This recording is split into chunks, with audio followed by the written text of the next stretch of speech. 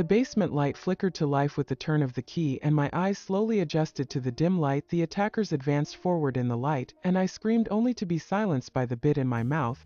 He wasn't a monster at all, he was a man, or at least I thought he was a man.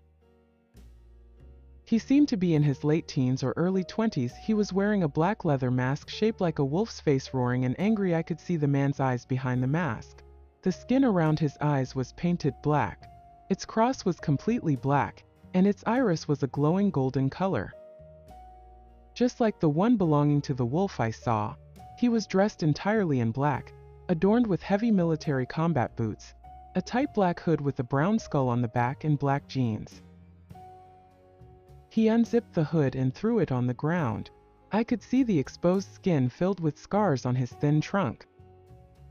His muscles contracted when he stretched. "Little pig, tell me, are you afraid of me? The big bad wolf." His voice was deep with a slight rumble, like the growl of a wolf. He seemed arrogant and bold. I was crying again by that time and shaking uncontrollably. A moan from behind the bridle. "Ha ha, it must be." Sadistic laughter and grammatical mistakes. "You don't remember me, do you?" he asked and stepped closer until his tall figure loomed over me. He seemed to be at least 6 feet tall. I shook my head in denial. "Shut up. Seems that a pig like you won't remember. Like a sheep in the flock. This isn't personal or anything like that. I have simply put my research at risk, so I am putting your life at risk." My eyes widened and I pulled the ropes. It only tightened around my wrists and ankles. "You are a disgusting little pig. You need to learn a lesson," she complained about the threatening tone in his voice. The man with the black wolf mask lunged forward and grabbed my wrists, which were bound to the arm of the chair. I tried to ask for help to no avail. "This little pig went to the forest." He grabbed my index finger and broke it. I saw a white flash and pain spreading in my arm. "Hold my middle finger. This little pig stayed at home." I heard my finger crack when the bone broke. My screams and pleas seemed like an injured animal wailing, muzzled and silenced. "Move to the next finger. This little pig had rotten meat." "Bob." Then my next little finger. "This little pig had no meat." "Hello." I moved to my thumb. I shook my head quickly, desperately trying to plead with him to stop. He removed the tape and the cloth from my mouth. I gasped for air, and before I could say anything, he interjected with a sweet and sadistic tone in his deep voice. "And this little pig is crying oink oink oink," she screamed, and the echo of her voice resonated in the basement. In a flash, he put the bridle back in my mouth and sealed my lips with tape. "Oh, what a wonderful sound." He took a deep breath through his nose and straightened up, tilting his head back towards the ceiling as if my scream was a sedative flowing through his veins like molten fire. I saw part of his face just below the mask. His smile widened, revealing sharp, pointed fangs. I noticed then that his hair was shaved on one side and was black. His ears were pointed like a wolf's ears. To this day, I still hold vivid memories of that selfish son who shows the entire class my research paper, even reading some parts aloud word for word. I looked like a fool. It was only the second day of my freshman year, and everyone thought I was eccentric. Do you think I will forget that? I have ruined all 3 years of my damn high school experience. Oh, but of course that little laughing piglet would forget. Things were easy, so very easy. She was lucky that I dropped out of school. If I hadn't done it, I would never have heard the end of it at the moment the bell rings on the last day of the final year. It's not important now. All her bones will break soon anyway. The masked madman was deep in thought.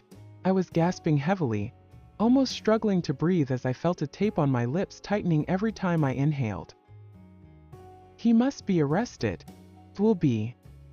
He must be arrested. I constantly tried to convince myself that everything would be all right.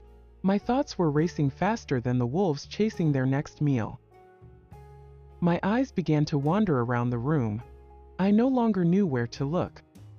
He will be arrested, right? He cannot escape from this. Fingerprints.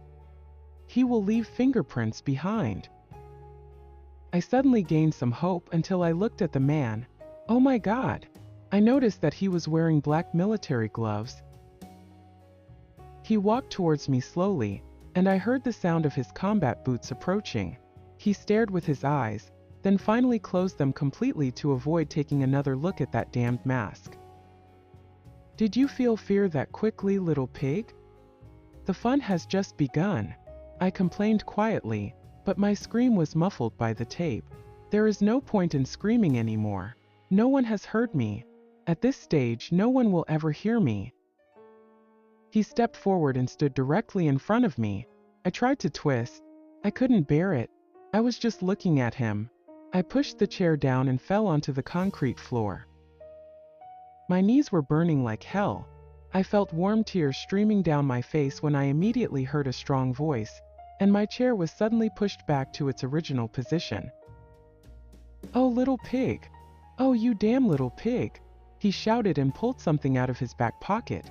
I felt my heart racing. I felt a heaviness in my chest. I felt a warmth in my cheeks. I swear I felt as if a hot iron was pressing against my face. I felt fear both physically and mentally. Take out a lighter. This was my last moment. He lit the lighter, and the glow of the flame reflected on his dark leather mask. He brought it closer to me, and I began to tightly close my eyes once again. I felt a sharp pain in my forearm and let out a moan of pain. I suddenly felt the ropes around my left ankle loosen and tear. I kicked and hit his chin with the tip of my foot. He let out a loud sigh, unbothered when he heard him flick the lighter again. Damn! I thought to myself. Did you think you could escape from me? The Black Wolf laughed louder than ever before. I felt the heavy heat of the flames touching the tips of my toes as I tried to twist away, but I failed miserably. Tears streamed down my face quickly. I slowly opened my eyes.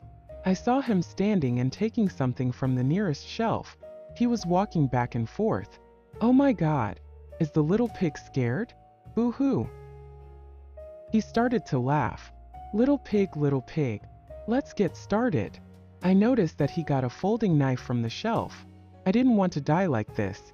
I never imagined that I would die like this. I started to remember all those childhood memories when an idea struck me. I know who this person is, or rather who was. I remember him. I remember what I did in my first year of high school. The feeling of guilt was heavier than the weight of the anxiety that overwhelmed me every time I looked at this man's mask. The man whose mother mistreated him throughout his life or something like that. I was drowning in thought.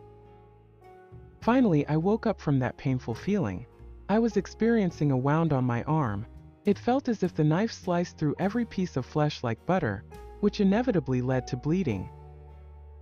I have never seen such a large amount of blood before. I lost consciousness. I woke up to the sound of a door slamming shut. I had been taken off the chair. I was no longer restricted. I ran to my mobile phone and called my parents. They hurried home, and when they arrived, they called the police. They didn't believe me. This cannot happen. They actually believed that I did all of this by myself. No. He can't escape this. How did he manage to hide his traces so well? What even? I felt like I was on the verge of breaking down. I have been through a lot of this only to be told that it was self-harm. I lost consciousness. You damned fools, you know nothing about me if you think I would do something like this to myself. The officers handcuffed me and escorted me to the car. Don't worry, madam. We will place you in a place where you can improve, all right? I kicked. I felt stressed and I could no longer bear this situation. And before I realized it, I was sitting in the back seat of a police car, on my way to a horrific place for the insane. I tried to look out the window. The fog was so thick that I couldn't see anything until I closed my eyes and saw faint shapes on the car window. There were words drawn on it with my finger. The transparent letters were clearly prominent on the frosted glass. It said, "The girl who shouted wolf."